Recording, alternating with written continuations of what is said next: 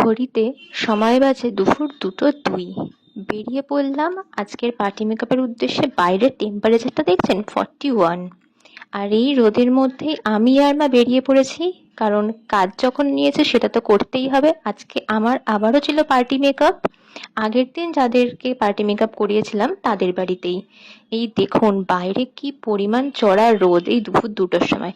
আচ্ছা, আরেকটা কথা বলি, আজকের ভিডিওটা কিন্তু বানানো একটা উদ্দেশ্যেই আমার, যারা কিনা ভাবেন যে আমার যদি বাজেটটা কম থাকে তাহলে সেই পার্টি মেকআপটা আমি যদি করি তো কিরকম হবে, তাদের জন্যই আজকের ভিডিওটা। আপনার বাজেট যদি কম থাকে তাও কিন্তু আমরা আমাদের দিক থেকে সম্পূর্ণভাবে সেটাকে ভালো করার চেষ্টা করি। যাই হোক, প্রথমে দেখুন, যেহেতু গরমকাল সেই জন্য আমি আগে বরফটাকে একটা সুতির কাপড়ের মধ্যে পেঁচিয়ে মুখটাকে আগে ভালো করে 5 মিনিট এরকম ভাবে রাব করে নিচ্ছি, এবং এই যে বরফের জলটা এইটাকে কিন্তু ন্যাচারালি আমি শুকাবো। গরমকালে মেকআপ করার আগে বরফটা ঘষে নেবেন, মেকআপটা খুব স্টে করবে। তারপর আমি প্লামের এই যে একটা মিস্ট রয়েছে সেটাকে দিয়ে দিলাম, যাতে ফেসটা ডিহাইড্রেট না হয়। আর ওর ফেসটা কিন্তু প্রচণ্ডভাবেই ড্রাই ছিল, সেই কারণে আমি কিন্তু এই গরমেও নিভিয়া সফটের এই ময়শ্চারাইজারটা ইউজ করছি। ময়শ্চারাইজারটাকে ভালোভাবে পুরো মুখে অ্যাপ্লাই করে নেব। যতই গরমকাল হোক ময়শ্চারাইজার কিন্তু স্কিপ করবেন না। আর যাদের কিনা ড্রাই স্কিন নয় তারা কিন্তু ওয়াটার বেস ময়শ্চারাইজার ইউজ করবেন।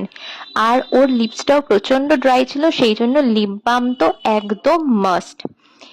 পুরো স্কিনটাকে ভালো করে প্রেপ করার পর আমি আগে আইব্রোটা করে নেব। আমি মিস ক্লেয়ারের এই যে আইব্রো যে পাউডার প্যালেটটা রয়েছে সেটা দিয়েই আমি ভালো করে আইব্রোটা করে নেব। ও আমাকে বলেছিল আইব্রোটাকে ন্যাচারাল রাখতে, তাই আমি যতটা পেরেছি ন্যাচারাল রেখেছি। আইব্রোটা করার পর সেটাকে কিন্তু ডিফাইন করাটা খুব জরুরি। আমি ক্রায়োলনের প্যালেট থেকে একটা ওর স্কিন টোন অনুযায়ী একটা ফাউন্ডেশন নিয়ে আগে ওর আইব্রোটাকে ডিফাইন করে নিচ্ছি। দেন আমি কালার বারের এই যে প্রাইমারটা সেটা কিন্তু ভালোভাবে পুরো ফেসে অ্যাপ্লাই করে নিচ্ছি। প্রাইমার কিন্তু স্কিপ করা একদম যাবে না।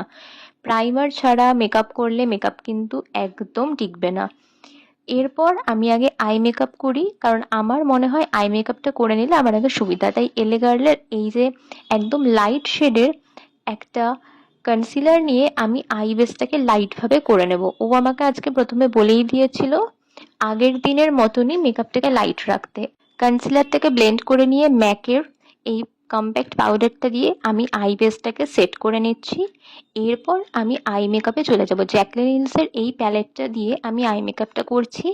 আই মেকআপটা আমি পুরোপুরি দেখাতে পারিনি ক্যামেরাতে, অফ ক্যামেরা করে নিয়েছি। এটা হচ্ছে আমি আগে একটা ক্রিজটা করে নিচ্ছি এবং সেটাকে ভালোভাবে ব্লেন্ড করব। ব্লেন্ড করার পর আমি একটা সিলভার গ্লিটারি, যেটা কিনা জ্যাকলিন হিলসের প্যালেটেই ছিল, সেইটা অ্যাপ্লাই করে নিচ্ছি। আই মেকআপটা কেমন হয়েছে আপনারা কিন্তু কমেন্টে জানাবেন। আমার কিন্তু ভীষণ পছন্দ হয়েছে, লাস্টে আপনাদের সাথে সেই ফটো শেয়ার করব।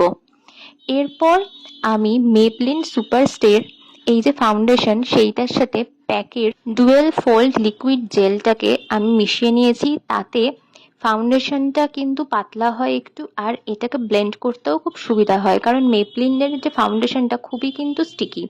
ভালো করে ব্লেন্ড করার পর আমি ম্যাকের এই যে ট্রান্সলুসেন্ট পাউডার দিয়ে পুরো ফেসটাকে ভালো করে সেট করে নেবো। পাউডার কিন্তু কখনো ডাইরেক্ট অ্যাপ্লাই করব না, পাউডারটা নিয়ে আগে এক্সেসটাকে হাতে ডাস্ট অফ করে নেবো, দেন পুরো ফেসে ভালোভাবে অ্যাপ্লাই করব। পাউডারটা কিছুক্ষণ সেট করার পর ম্যাকের এই কম্প্যাক্ট পাউডারটাকে ব্রাশে একটুখানি লাগিয়ে তারপরে কিন্তু এক্সেস পাউডারটাকে আমরা মুখ থেকে ঝাড়বো। কখনোই সরাসরি ব্রাশ দিয়ে পাউডারকে কিন্তু ডাস্ট অফ করবো না, তাহলে কিন্তু ফাউন্ডেশনটা কোথাও গিয়ে একটু হলেও উঠে যাওয়ার চান্স থাকে। তো এই যে এই সময়টাতে কিন্তু ক্লায়েন্টকে একদমই আমি ফেস দেখতে দেইনি, কারণ ফাউন্ডেশনটা জাস্ট অ্যাপ্লাই করার পর এবং পাউডার দেওয়ার পর কিন্তু মুখটা অনেকটা আমাদের সাদা মনে হয়। কিন্তু আমরা যারা মেকআপ আর্টিস্ট আছি আর আপনারা যারা মেকআপের ভিডিওগুলো দেখেন তারা কিন্তু জানেন মেকআপ করার কিছুক্ষণ পর কিন্তু ফাউন্ডেশনের যে এই একটা সাদাটে ভাব, এই জিনিসটা কিন্তু আস্তে আস্তে কমে যায়। সেটা কিন্তু স্কিন টোনের মতো হয়ে যায় যদি আমরা স্কিন টোন মেনটেন করে ফাউন্ডেশন চুজ করি। ফাউন্ডেশন সবকিছু হয়ে গেছে। এরপর আমি করে নেব কন্ট্রোর। আই ম্যাজিকের একটা প্যালেট থেকে কন্ট্রোর করে নিচ্ছি কপাল, গাল, নাক, এইসব জায়গাগুলোতে। এরপর আমি একটু আই ম্যাজিকের প্যালেট দিয়ে ব্লাশ দিয়ে নিচ্ছি ওকে। ওর স্কিন টোনে যে ব্লাশটা যায় সেটাই আমি ওর উপর অ্যাপ্লাই করব। এরপর আই ম্যাজিকেরই একটা প্যালেট থেকে আমি হালকা করে হাইলাইটার দিয়ে নেব, কারণ ও বলেছিল কিন্তু প্রত্যেক কটা জিনিসই অ্যাপ্লাই করতে, কিন্তু সেগুলো যাতে বেশিভাবে বোঝা না যায়। তাই ওর মতন করেই আমি ওকে সাজিয়ে দেওয়ার চেষ্টা করছি, কারণ ক্লায়েন্ট যেরকম বলেছে আমাদের তো সেরকম করতেই হবে না। এরপর কিন্তু আমি ফিক্সারটা দিয়ে নিয়েছিলাম প্যাকে, সেটা দেখানো হয়নি। যাই হোক, এরপর ম্যাকের একটা লিপস্টিক আমি অ্যাপ্লাই করে নিলাম। আচ্ছা বল, আজকেও তুই আমার কাছে সাজলি, আজকের লুকটা পছন্দ হয়েছে? খুব পছন্দ হয়েছে। আমি পার্টি লুক চাইছিলাম, যেরকম চাইছিলাম ও আমার শাড়ির কালার অনুযায়ী সেরকমভাবে আমাকে সাজিয়ে দিয়েছে। পার্টি লুকটা জাস্ট অসাধারণ হয়েছে। আমার খুব ভালো আই লেগেছে। মেকআপ পছন্দ হয়েছে? একদম, হ্যাঁ, আই মেকআপ পুরোটাই টোটালটা। আর তুই যেরকম হেয়ার চেয়েছিলি? হ্যাঁ হ্যাঁ হ্যাঁ, আচ্ছা, একটুখানি দেখাই। হ্যাঁ, ও এরকম একটা হেয়ারে চেয়েছিল, একদম সিম্পলের মধ্যে। একদম সিম্পলের মধ্যে, যেটাও করিয়ে দিয়েছে। তো থ্যাংক ইউ, খুব thank happy। You, thank thank you you, Priyadarshini. Thank you. এই যে এটা হচ্ছে ওর আই মেকআপের ফাইনাল লুক। আই মেকআপটা কেমন হয়েছে আপনারা সবাই জানাবেন। দেখা হচ্ছে পরবর্তী কোনো ভিডিওতে। টাটা।